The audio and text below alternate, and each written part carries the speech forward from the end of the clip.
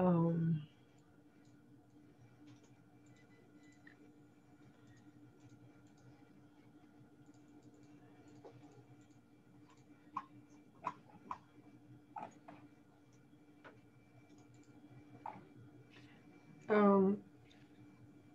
Ishigaki-san?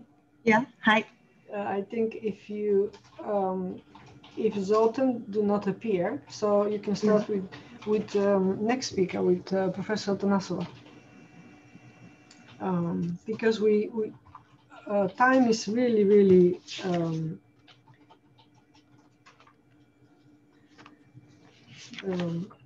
tight. So we better, yeah, we have 1 more minute. I hope he will appear. Not here, Zoltan.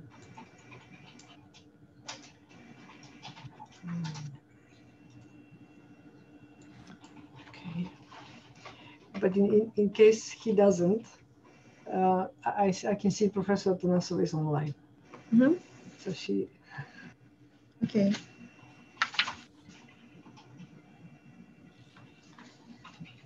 Okay, so time has come, so let's start the session. Okay. Yeah. Good afternoon, everyone. I am a chair for the session. My name is Mika Ishigaki at Shimano University in Japan.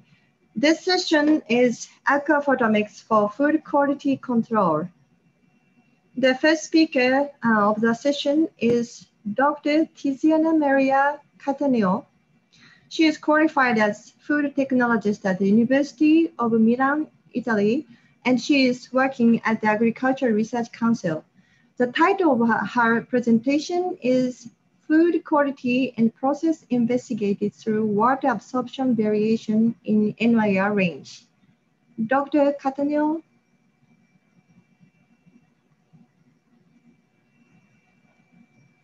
Dr. Cattaneo? No? Okay, so next, let's skip the next speaker. The next speaker is Professor. Sorry. This is the staff here. The last presenter actually sent us a video, and I think we're going to play her video or presentation. Right. Okay. So please hold on a second, and we're going to load her video. Okay.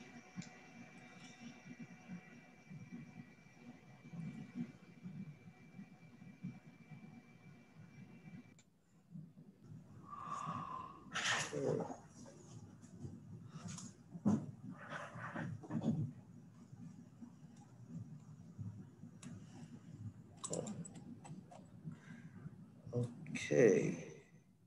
So it's a PowerPoint presentation. I'm going to share the screen.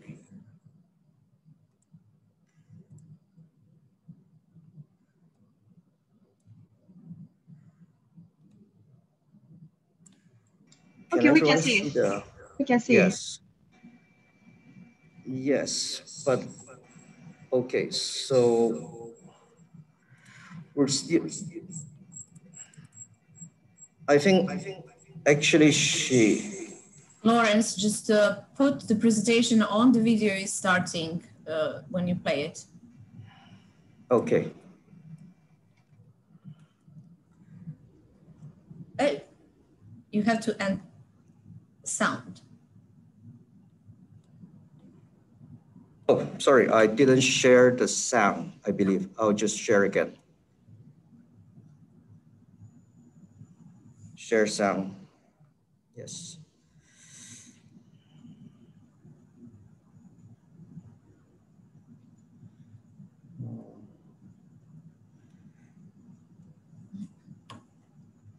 Okay, share again. Yes. Welcome to this section focused on food applications. I'm Tiziana Cattaneo, and it is my pleasure and honor to be the first speaker in this section. Sorry for the registration of my presentation, but difference in time is high at 8 hours. So I prefer to register this presentation because I'm not sure to be connected for an online streaming. So don't worry. If you have some questions, please write them and Elena can send me. I try to reply ASAP. Or, of course, you can use this email reported here. We can start with some word about myself, a short introduction. Of course, the big part will be dedicated to food application. Some conclusion, the acknowledgement. Probably you know I'm working in Italy for a public institution, the Council for Research in Agriculture and Economics, in particular at the Research Center for Engineering and Food Transformation in Milan. The mission is the study of the global quality of agri-food products, in particular fruits and vegetables, through the expression on several quality indexes. In particular, among our labs, I show you part of the physical labs because it's inside the physical lab that we have a micro NIR and also a multispectral imaging camera. So you know that the Aquaphotomics was born in 2005, thanks to Lumiana Tsankova, that was the promoter of this approach. And nowadays it is recognized not only as approach, but also as discipline.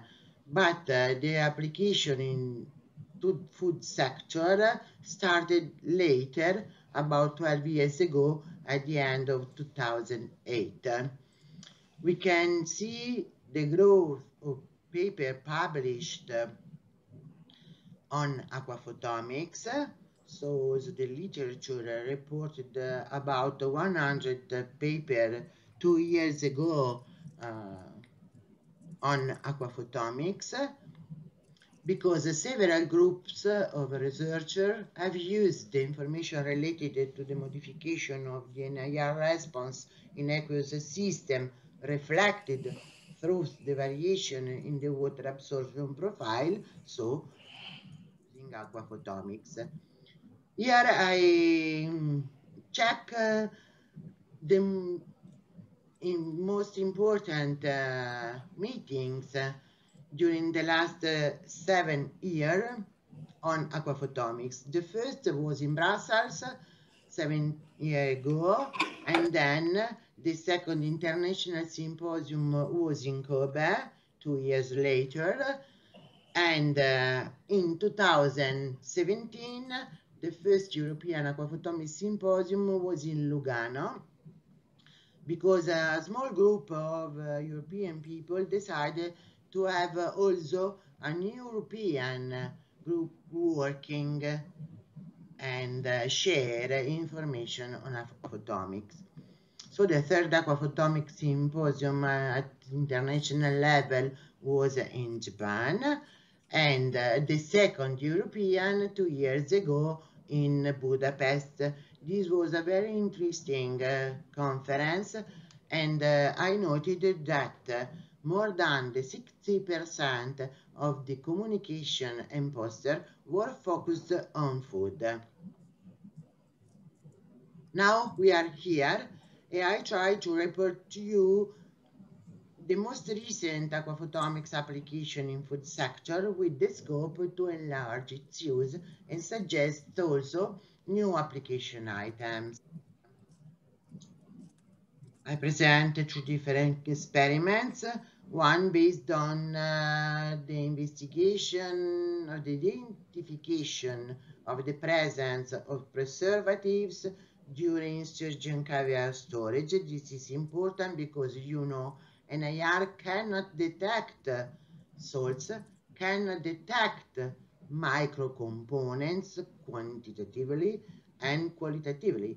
But if we couple NIR and aquaphotomics, probably is possible. Then I started to apply aquaphotomics for the control, the monitoring of the efficiency and also the duration of the sustainable food transformation processes. Is because often NIR is applied at line on line in line at the industrial level to monitoring transformation processes.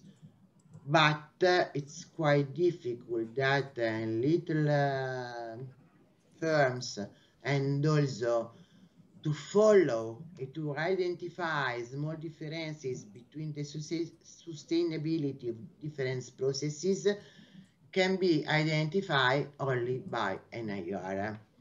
And you know, now we need to preserve environmental and to make transformation processes in agriculture and food in a sustainable way.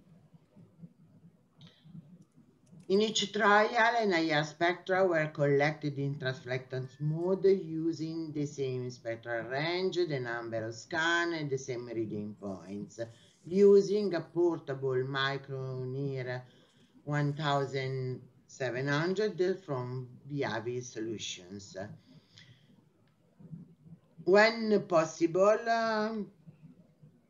in high percentage of cases, the spectra pretreatments were applied according to a paper published by Rumiana Tsankova and colleagues 3 years ago, dedicated to chemometrics in aquaphotomics. Then aquagrams, PCA, LDA, in some cases the moving block model were built up depending on the goal of the experiment. This is the aquagram related to the control during the storage, starting at 0 days and 90 days.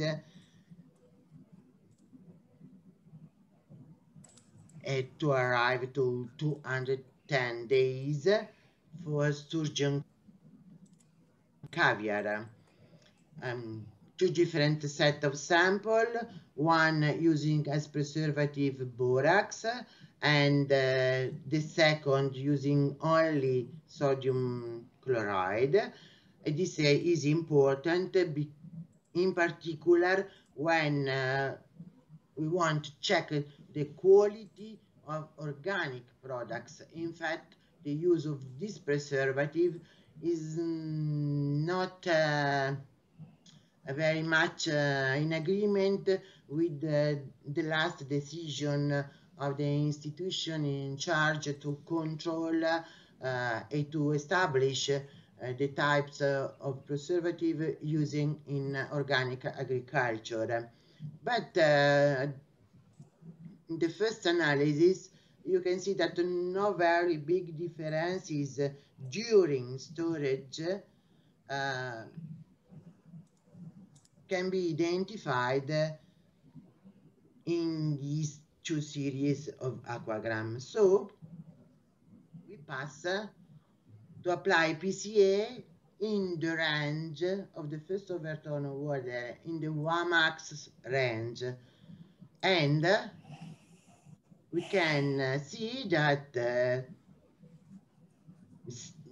this blue sample added with borax in one group defined along the PC1. And this discrimination, separation, were detected thanks to the differences in absorbance in the range ascribable to the first overtone bands of the OHC trenching vibration of water molecules. This is because sodium chloride and borax have different hydration capacity, so different interaction with water molecules. In fact, the differences in chemical structure between the two types of salt used allow the detection of borax, even if added in a small percentage. You can see here the classification matrix for calibration set and validation set, and the correct classification was 100% for both groups in calibration and in validation. So I can conclude that aquaphotomics can be a fast, useful tool for the identification of preservative important to sell organic products without preservatives with also higher price. So it's important. Then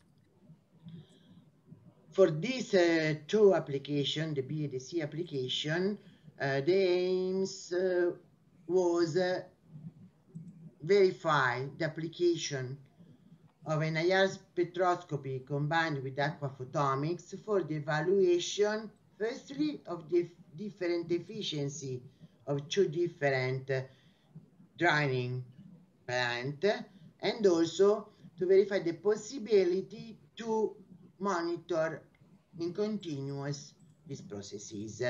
So for that, we carried out a parallel transformation test using as product pineapple slices, but using two different drying microplant operating with solar energy. This is for sustainability. So the first one is substantially a oven working at low temperature, and by using activated this fan, when the temperature of air was about 45 degrees, the air was forced inside, so is a oven working at 45 degrees. In this case, this plant is more natural, is a natural dehydration, because the fan in this case is at the bottom and continuously is working to allow to force out the humid air inside. So it's just dehydration. The slides were put in each plan in parallel. Some chemical analysis were made, and then this is the table with our scheduled module. So you can see the spectral range, scan, reading point. On 4 slides, we collected the spectra at 0, 48 hour, and 56 hour, with 12 replicates for each slide, but offline at 2 different times. Raw spectra show with the broad overlapped absorption band, of course, and we have 2 or 3 predominant water absorption zone. After the pretreatments made according to Rumiana, a better recognition of the absorption band was possible. And if we use the mean spectra after pretreatments for the time 0, the 2 plan at 48 and 56 hours, we noted 3 big shifts corresponding to the second overtone of H stretching, the combination of first overtone, stretching and bending, and the first overtone OH stretching. So we noted that high variability, in particular in the third zone, and we decided to use the Aquaphotomics. You can see the aquagram related to the time zero, at time during the process, and at the end of the process. Fresh product have a homogeneous, quite homogeneous representation. Inside, during the process, at 48 hours, we can note difference between the two processes. And then, at the end, both the plants arrive quite at same weight loss, at the same result, final result. But it is important that different profiles were associated to different drying processes. And we can also note that from fresh to intermediate and final, the more involved lambda were on the right part of the aquagram. So, if we consider the aquagram as average of the 4 slices, we note that this shift is with more absorbance in the zone of free OH stretch and in water confined in a local field of ions, trapped water, S0, free water, and water with free OH. This is because when you have a fresh product or not full dehydrated product, you can see that cluster can aggregate with medium or big cluster, but at the end of the drying process, you have evaporation completed. The cells of the products are very close each other, and so only water confined in local field, free water, and free OH stretch are visible and predominant.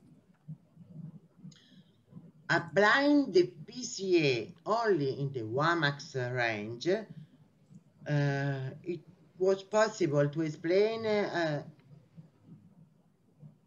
90–80% of the total variance. Along the PC1, of course, it was possible to identify the group of fresh and processed sample. Along the PC2, there is also a high variability inside samples because each fruit is different from one another, and each slice is different from one another. But it was not really possible a separation between the two processes. This was possible along the PC3, and so we continue with an LDA using only these 5 wavelengths obtained and selected by previous PCA to use only the useful information. And so we have a percentage of positive prediction from fresh and the other dried product, but also a very high discrimination between the two plants. So probably it's possible to use aquaphotomics for a continuous monitoring of food drying processes. The first plant was the fastest system.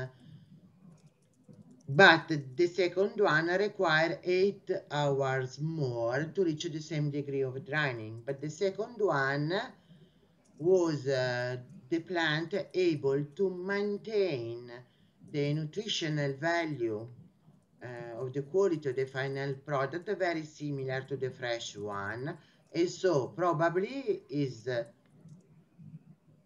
the milder and longer treatment, but we decided to use this second plan for the third experiment. For the third experiment, we intended to use an NIR probe in line, so inside the plan, and also to associate other online sensors to control the other parameters such as internal and external temperature, humidity, light, and weight. We have to solve some problem here reported. The position of an NIR probe, the constant working temperature, the sample size, identification, the end of the process. We carried out 2 tests. The first was on eggplant slices. So we decided to position the NIR probe directly on the support of product and connected with an external computer, but spectra were detected directly on the product, and to also use the other sensor on each support. Then we, using the NIR Pro software, decided to use the method to use and also to set this method. The collection of a sample was for a total of 26 spectra in continuous automatic mode to collect each spectra every 2 hours. So you can see the start of the process. We conditioned the probe with this packaging to avoid variation in temperature. Also, this process was made at 45 degrees, and at the end, we verified that the probe was still directly positioned on the dried slices. We use inside the NIR Pro software the moving block model. I report here the raw spectra, the pretreated spectra. We use as pretreatment among the available the pretreatment first derivative, but this NIR, non-Aquaphotomics. And this moving block model allowed to choose the block size. So that means that the first point is an average of 1, 2, 3 spectra, the first 3 spectra, and then 2, 4, and 2, 4, 3, 5, and so on. And we obtain this curve applying the PCA on the whole range. We also verify that the zone ascribable to the first overtone of water was very important to have this curve and also to follow the process. The aquagram made using chemometrics suggested by Rumiana showed a similar trend of the first one showed to you. And then we have a fresh product here, and at the end the dried product. But in this case, we can see, observing the aquagram, that the 2 last spectra are not exactly overlapped. So I have to choose the actual end of the process inside, because the last spectra is here. For this reason, we try to optimize some other parameter, changing matrices in obtaining dried apple slices, changing the mode to use a conditioned the NIR probe, buying a new accessory, more stable, and also change the frequency of spectra collection, so every hour, for a total of 61 spectra. At the same way, we use the NIR software to collect spectra in automatic way, and then we treated the first derivative. We establish in this case a block size of 7 spectra. So the first point is spectra 1 to 7, the second point is from 2 to 8, and so on. And try also to establish the endpoint criteria, the difference in this range with a minimum of differences, and also in this case it was confirmed that applying the PCA on the whole range of spectra, we can see that loading important are located in the WAMAX range. At the same way, you can find here on the right that fresh spectra following by Aquaphotomics this process and dried spectra come from left to right. But some adjustment will be made soon, because if we use this block at the end of the process, in the average of our endpoint criterion established, this is a red arrow, and we reported the red spectra corresponding to this block, probably using only NIR, we don't arrive to identify the real end of the process, because in this case the last spectra 2 or 3 are overlapped, but the red spectra corresponding to our casually posed criterion as endpoint is not the actual end of the process. So we can confirm that we also in the future use the Aquaphotomics discipline to follow the dehydration processes, not only also other food transformation processes. Aquagrams can help to identify the actual endpoint of the process. Thanks to the PCR loadings, we had the confirmation that the very important contribution of the water absorption in the wavelength of WAMAX during the process there was also independently from the food matrix, because we use eggplant and apple.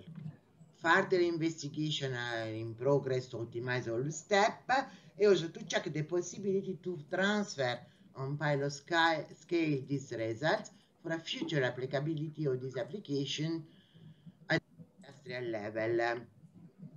So I can conclude that coupling NIR and Aquaphotomics, we can have a synergistic effect, because we have a rapid and non-destructive approach with NIR, but also the extraction of hidden data exploring water absorption bands in NIR region.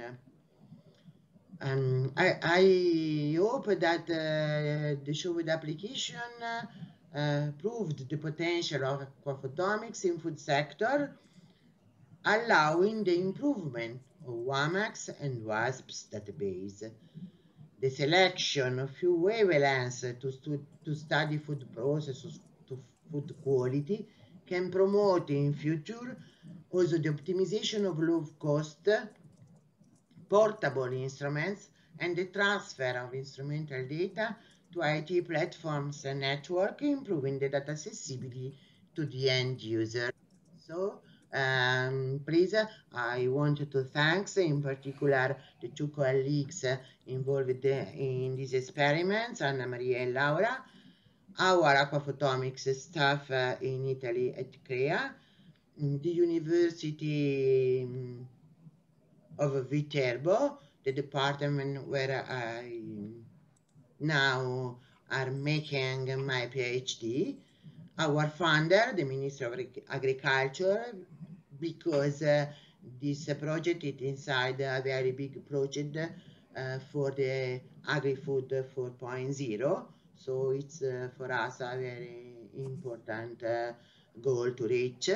But in particular, Rumiana and Elena for their effort, all people inside the scientific and organizing committee, and all of you for your attention. Thanks very much. I hope to be clear, and please contact me if you need.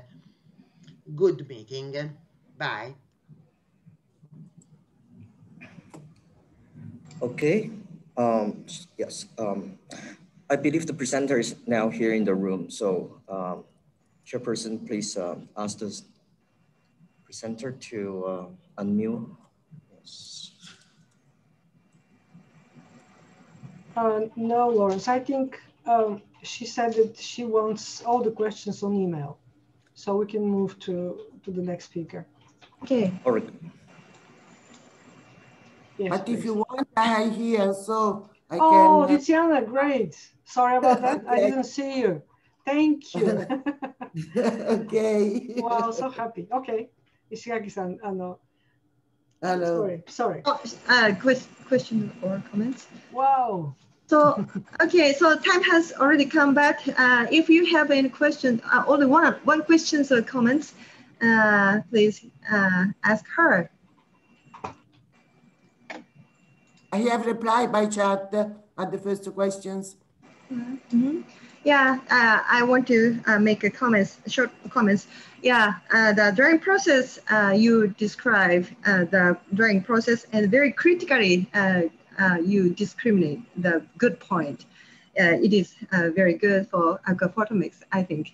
Yeah, thank you very much for your good. Yes, because we have the weight loss that corresponding to aquaphotomics, aquagram. So if you establish just theoretically by the software the endpoint, the risk is to have a quite dried product. It depends. You have to change packaging if the process is not finished. Because if you leave some humidity inside, your storage or conservation is difficult. You have to use vacuum, also other package. Conversely, if you have a full dried product, you can also storage the product at room temperature, okay, in dark. So it's very important to establish this endpoint. Nowadays, I reply that we are working on, because at this moment, we have the software directly connected with the plant, but the aquaphotomics spectra were processed at the end. So we have to couple the two ways to process the spectra to be sure that this application can be used also at the industrial level. Okay, thank you very much. Yeah, so time has come, so let's move to Okay, my pleasure. Thank you. Thank you. Thank you very much. Thank you. Thank you very much. Appreciate. The second speaker